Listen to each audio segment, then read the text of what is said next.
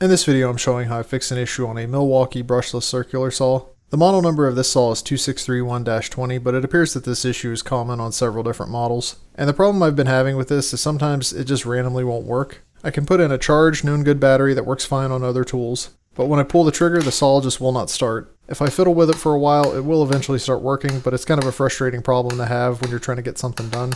Luckily, fixing this was pretty simple, so I'll just jump right into it. We will have to take the saw apart, but if you're doing circular saw stuff anyways, then you're definitely handy enough to do this. It's not that complicated. To start, you'll need a Torx T25 bit. Back both of these screws out and then the handle should come right off. Around to the other side, we'll use the T25 bit again to remove this lever. For this next handful of screws, you'll need a Torx T15. There are 10 screws total that we have to remove. I backed each one of the screws out with a screwdriver, and then the plastic shell came right off. Here's a quick look at the trigger assembly, and you can see when we press down on the safety switch, it allows us to pull the trigger to turn the saw on. In my case, and from what I've seen from several folks online, it appears that the problem is caused by this trigger switch here, so that's where I'm going to be troubleshooting. I took note of which wires were connected where, and I used a Phillips head to back out all 4 of these screws.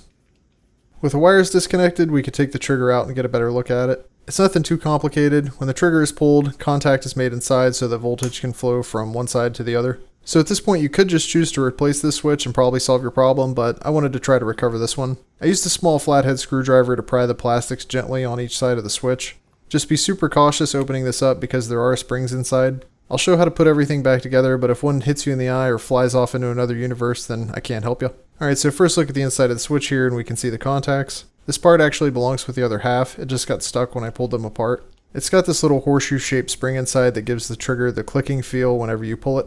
Anyhow, the two halves go together like this, and when the trigger is pulled it slides this up and down to open and close the circuit. Just to confirm my suspicions, I put the switch in the closed position and used a multimeter to test for continuity across the two conductors. One side had continuity but the other did not, so that confirmed that's where the issue was. I'm cutting it out to keep the video short, but the continuity test would occasionally work on the bad conductor, which probably explains why the saw would occasionally work. I opened the switch back up again and got a closer look at the contacts. And you can see here they've got these little burn spots or whatever. I've ran across this with other electronics that I've repaired before. These spots are enough to prevent voltage from flowing through, so that's probably what's causing the issue. I used a really small flathead screwdriver to go around to each of the contacts inside of the switch and scrape the marks off.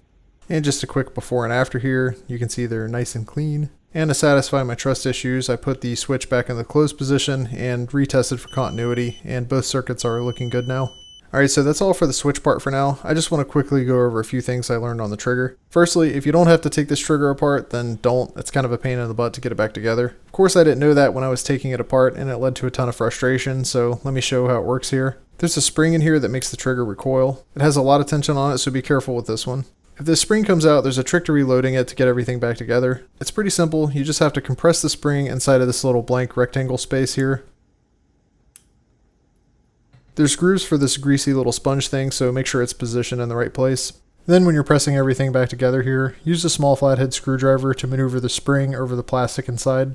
And just be careful here that all of the spring is on the right side of the plastic and one of the coils didn't end up on the other side. This part can take a little bit of finesse. It's important though because if it's not done right then the trigger won't have enough travel to open all the way, which will cause the safety to catch when everything is put back together. Just look for this little groove on the side. If the trigger is all the way open, it should look something like this. Alright, so for pairing the switch and the trigger housing back together, we just want to make sure that the switch is in the open position. That little circly sponge thing from earlier should line up with this groove. Then just press the two halves back together until everything snaps in.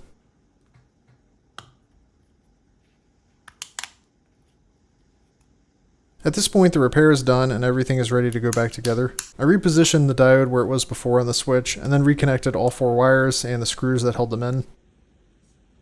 I put the trigger assembly back into the plastics, lowered the plastic shell back into place. Then I screwed all 10 of the smaller hex head screws back into the plastics. For the adjustment lever, just make sure it's positioned right so you can loosen and tighten it. And then lastly, I reattached the hook on the top. So at this point everything is back together. I'm back in the garage, saw and partially charged battery in hand. And would you look at that?